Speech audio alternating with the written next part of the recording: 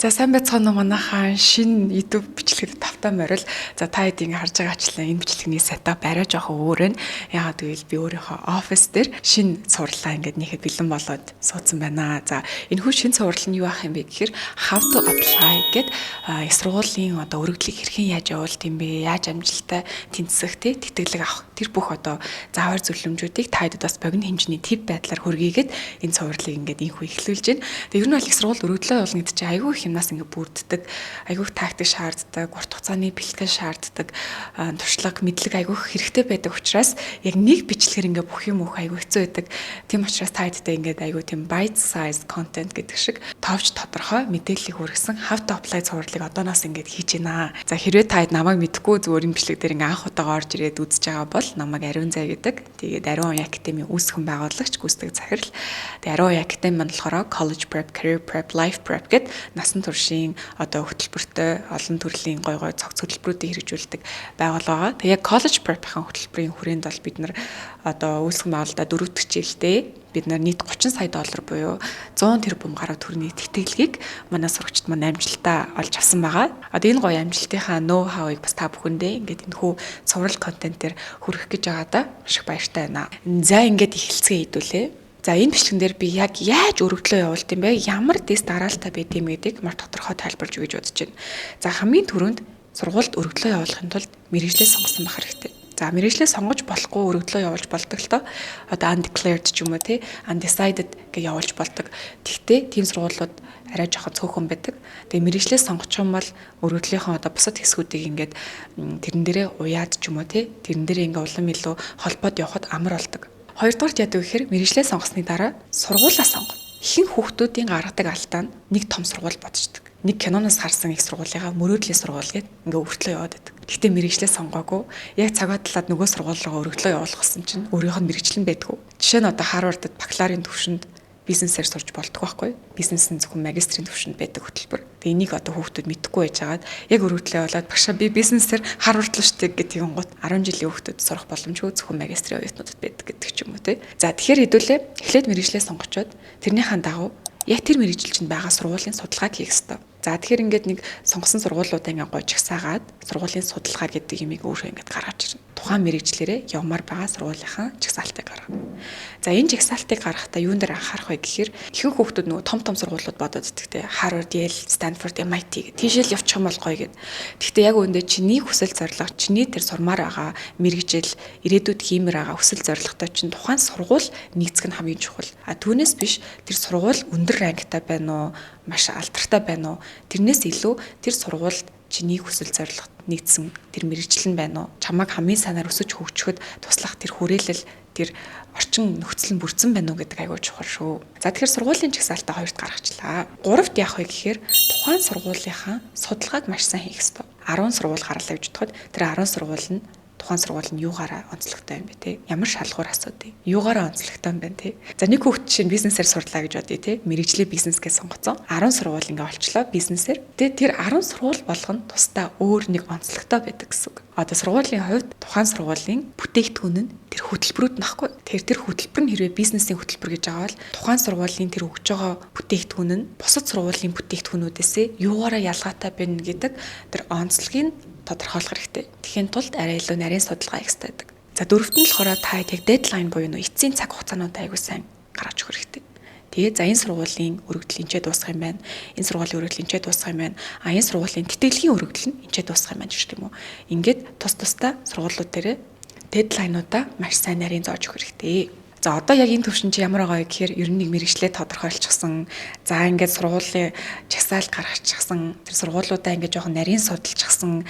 Цаг хугацааны нэг юм ойлгомж баримжаатай болцсон байгаа бол яг нарийн бэлтгэлүүдээ хийж эхлэх хэрэгтэй. Ихэнх сургуулиуд шалгалтын оноо шаардна. Одоо англи хэлний шалгалтын оноо гэсэн үг. Тэр нь SAT, IELTS, TOEFL ч юм уу. За хэрвээ чи одоо Азийн орнууд руу явж байгаа бол тухайн Азийн орнууд нь бас яг өөрсдийнхөө хэлийг шаардсан шалгалтын оноонууд өсч магадгүй. За тэгэхээр яг тухайн сургууль чинь аль оронд байна те. За тэгээд тэр сургууль чинь чамаас ямар шалгуур тавьж гин тэр шалгуур дотор дотор нь юу байна?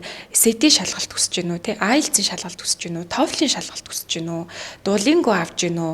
За эсвэл Солонгос хэлний шалгалт авч гинүү, HSK шаардж гинүү те, Италийн шалгалт шаардж гинүү гэд тухайн одоо сургуулийнхаа яг хүсэж байгаа шаардлагын дагуу чи бэлдэж эхэлнэ гэсэн үг. За ингээд шалгалтын дараа яадаг вэ гэхээр чамд дүнгийн хуулах хэрэгтэй. Одоо аттестат чи хэрэгтэй гэсэн үг. Тэгэхээр 12 дугаар ангид л өргөдлөө явуулж болдог. За тэг өргөдлөө явуулахын тулд одоо чамаас 2 юм уу 3 багшийн тодорхойлох загтал сургуульч үүсдэг. Тэгэхээр чи аль хэдийнэ бас ахлах сургуулийнхаа чамд хичээл орж байсан ч юм уу тий багш нартайгаа холбогдоод тэр багш нараасаа тодорхойлох загтлыг нь ахуулах үйл ажиллагааг бас эхлүүлэх хэрэгтэй. Тодорхойлох загтал яагаад чухал гэдэг вэ гэхээр тухайн сургууль чамайг ингээд одоо чиний өргөдөлтөй ингээд танилцаж үзчихэд за энэ хүүхдийг бусад хүмүүс юу гэж тий сургуультай хэр оролцоотой юм бэ? Бусад багш нар нь юу гэж бодож байгаа юм бэ тий? Ангийнхандаа хэр оролцоотой, сургуультай хэр оролцоотой яг хичээл яг ингээд цаасан дээр байгаас гадна яг ямар хүн юм бэ гэдгийг нь бас тодорхойлж илтгэж өгдөг нэг чухал юм нь тодорхойлох загтал байдаг юм аа. Тэгэхээр тодорхойлох загтал бас маш чухал байдаг шүү. За тэгээд тодорхойлох цагтлаас гадна дүн айгуу чухал. Тэгэхээр та хэд маань дүнгээ одоо өөрөө ингэж бичээд явуулчихдгүү. Өөрөө бичиж оруулна. Тэгтээ тэрий чинь баталгаажуулаад сургуулийн чинь каунслер гэдэг хүн каунслер байхгүй бол одоо нийгмийн ажилтан ч юм уу сургалтын менежер чиний яг дүнг ингэж аваад харж чаддаг, аль бие усаар тамхтай ингэж оруулж чадах тийм хүн чамтай хамтарч дүнгийн чинь өөрийнхөө системээс одоо өөрийнхөө мэйлээс явуулдаг. Тэгэхээр одоо би их сургууль байлаа гэж бодоход чи эндээс өргөдлөө илгээлээ. Тэгэнгუთ танаа каунслер чиний дүнг давхар илгээгээд тэгээд тэр хоёр чинь хоорондоо яг энэ тэнцүү таарж авах хэрэгтэй гэсэн үг. За энэс гадна эссе хэрэгтэй. Тэгэхээр сургуулиуд чамаас одоо өөрийгөө илтгэсэн те чи хэм бэ гэдгийг чи асуусан эссенүүдийг асуудаг. Тэгээд сургуулиас шалтгаалan чамаас нэмэлтээр эссе асууж магадгүй.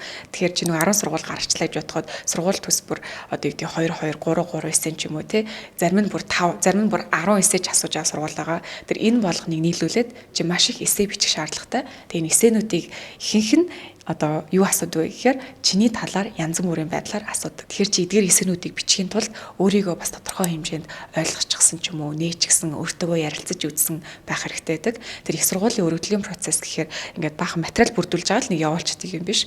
Энэ өөрөө бас маш том өөрийгөө ойлгох, өөртөөгөө ярилцах тийм нэг аялал байдаг юм аа. За тэтгэлэг бол маш том сэдв. Энийг би бүр тусад нь хид ангилж хувааж ярих бах. Гэхдээ яг энэ бичлэг дээр хэлэхэд тэтгэлгийг бол сургуулиуд янз бүрээр авдаг. За зарим сургууль эсэлтийн өргөдөл гэж тусдаа аваад тэтгэлийн өргөдөл гэж тусдаа авдаг. Зарим сургуулиуд эсэлтийн өргөдлөө нэг л аваад эндээ одоо чамайг харж агаад тэтгэлэг хэрэг хөөхөө өөртөө дур мэдээ шийдчихдэг гэсэн үг. Тусдаа тэтгэлгийн өргөдөл гэж авдаг. Зарим нь болохоор эсэлтийн өргөдлөөс өмнө тэтгэлгийн өргөдлөө аваад дуусчдаг. Тэгээд дараа нь эсэлтийн өргөдөл дээрээ тэнцэгсэн шийдэгддэг гэдэг ч юм уу. Тэгэхээр ингээд тэтгэлэг яаж авах вэ гэдэг асуултанд хариулахад сургууль бүр янз бүр тэгэхээр нөгөө сургуулийнхаа нарийн судалгааг маш сайн хийх чухал. За одоо ингээ бүх юм чинь бүрдчихлээ. Одоо их сургууль яг яаж өргөдлөө явуулдаг юм бэ гэхээр вебсайтаар явуулдаг байгаа. Тэгэхээр бүгдээрээ онлайнаар хийчих болдог. За Америк жишээ нь одоо Common App гэдэг нэгдсэн порталын одоо вебсайтаар их сургуулиуд нь ингээ өргөдлөө авчдаг. Тэгэхээр Common App дээр ороод одоо чинь нэг онлайн анкет бүгэлж гэнэ гэсэн үг. Анкет бүгэлж байгаа юм шиг бүх мэдээллүүдийг ингээ оруулаад бүх юмудаа хавсаргаад тэгээд тэрийг send submit гэд явуулчихна гэсэн үг. За Азийн сургуулиуд бол ихэнхдээ яг тусдаа өөрсдийнхөө сургуулийн вебсайт нэр авдаг гэсэн үг. Тэгэхээр яг тухайн сургуулийн вебсайт руу орж агаад apply гэдэг товч дараад тэгэнгუთ тусдаа ийм одоо нэвтрэх систем үүсгэхэд тухайн сургуулийнхаа вебсайтаар нь өргөдлөө явуулдаг байгаа. За Америк ингээ Common App гэдэг нэгдсэн системээр өргөдлөө авдаг шиг Англи бол одоо чинь UCAS гэдэг ийм системээр өргөдлөө авдаг. Тэгэхээр чи одоо орнуудаа харж байгаа тий хаашаа өргөдлөө явуулахаараа яг тэрний чинь дагуу магадгүй яг өөрийнх нь вебсайтаар магадгүй эсвэл ийм нэгдсэн системээр их сургууль өргөдлөө явуулдаг шүү. За ингээд өнөөдрийнхөө how to apply цувралын эхний бичлэгээр та бүхэндээ яг яаж өргөдлөө явуулдаг юм бэ гэдгийг аль болох энгийнээр товч тодорхой тайлбарлахыг хичээлээ. За тэгээд дараагийн сэдвүүдийг та доороос комент хэсэгт үлдээгээрэй. Би ингээд нэг нэгээр нь ер нь аягүй сайн дэлгэрэнгүй тайлбарлаад явъя гэж бодож байгаа. За тэгээ хэрвээ та бүхэнд маань их сургуульд өргөдлөө явуулахад илүү нарийн тусалцаа дэмжлэг хэрэгтэй байгаа бол манай Ариун Академид хандаарай. Мөн манай Ариун Академи бас сар болгон гадаад суралцах гарын авлага гэд за мэргэжил сонгох өдөрлөг гэд эцэг эхчүүдэд зориулсан мэдээлэх өдөрлөг гэд сар болгон ийм 3 ивент болдог байгаа. Тэгээ энэ 2 цагийн workshop сургалт гэдэг дуусаад бас хувьчилсан зөвлөгөө авч болдог. Манай Ариун Академид ирээд миний энэ бичлэг дээр ярьж байгаа зүйлсээс бүр илүү гоё дэлгэрэнгүй зөвлөгөөг бас авах боломжтой байгаа шүү. За ингээд дараагийн бичлэг рүү төр баяртай. Бүгдээрнийх нь сургуулийн өргөдөлтөнд амжилт хүсье.